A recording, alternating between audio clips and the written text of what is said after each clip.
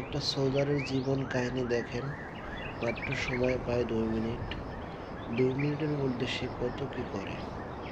প্রথমে সে ঘুমায় থাকে, ঘুম থেকে উঠে তার বেডটা ঠিক মতো গুছিয়ে নেয় এবং তার পোশাক পরিধান করার জন্য সে প্রস্তুত নেয়।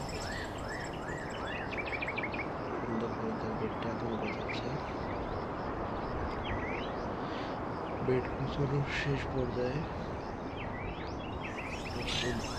বেডটা সুন্দর করে বেঁধে নেবে।